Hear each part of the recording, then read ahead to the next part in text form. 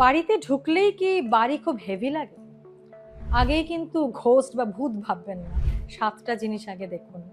কখনো কি এমন হয়েছে যে আপনি বাইরে ছিলেন, বাড়িতে ঢুকলেন, কিন্তু অকারণে মনে হলো আজ ঘরটা কেমন হেভি লাগছে? তখন অনেকেই বলে নেগেটিভ এনার্জি আছে।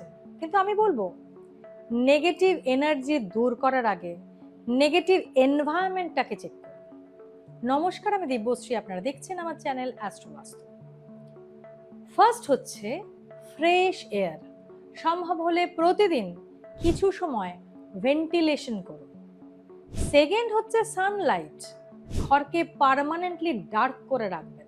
থার্ড হচ্ছে ব্রোকেন অবজেক্টস, ভাঙা ঘড়ি, ভাঙা আয়না, ব্রোকেন ফার্নিচার, যা রিপেয়ার করার নয় বা রিপেয়ার করলে ঠিক হবে না তা রিমুভ করবেন। ফোর্থ হচ্ছে ডেড প্ল্যান্টস, মানে শুকনো গাছকে ডেকোরেটিভ আইটেমস হিসেবে বানিয়ে রাখবেন না। ফিফথ হচ্ছে এন্ট্রান্স ক্লাটার, মানে মেন ডোরের সামনে পুরনো জুতো, কাবার্ড, ব্রোকেন আমব্রেলা সব জমিয়ে রাখবেন না। সিক্সথ হচ্ছে সাউন্ড এনার্জি। বাড়িতে সারাদিন যদি টিভির নয়েজ, শাউটিং, আর্গুমেন্টস এগুলো যে চলে, তাহলে কিন্তু এনভায়রনমেন্ট হেভি লাগতেই পারে। তাই দিনে অন্তত 10 মিনিট কোয়াইট টাইম রাখুন, সবাই চুপ থাকবে। সেভেন্থ হচ্ছে ইমোশনাল ক্লাটার, এটা কিন্তু সবচেয়ে পাওয়ারফুল। আপনি বাড়িতে কি এমন জিনিস রেখেছেন বা আছে যা দেখলেই পুরনো কষ্ট মনে পড়ে?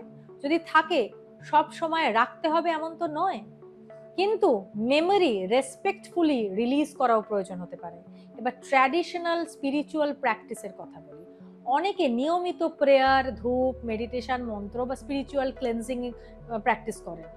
আপনি আপনার বিশ্বাস অনুযায়ী করতেই পারেন, কিন্তু একটা কথা মাথায় রাখবেন, ধূপ জ্বালিয়ে ঘর পরিষ্কার করে আবার 5 মিনিট পরে ঝগড়া শুরু করে দিলেন, এনার্জি কিন্তু আবার হেভি হয়ে যাবে।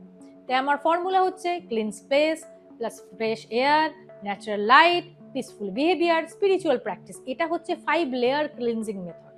কারণ নেগেটিভ এনার্জি দূর করার সবচেয়ে বড় উপায় কখনো কোনো নতুন কিছু আনা নয়, পুরনো ভারটাকে সরিয়ে দেওয়া।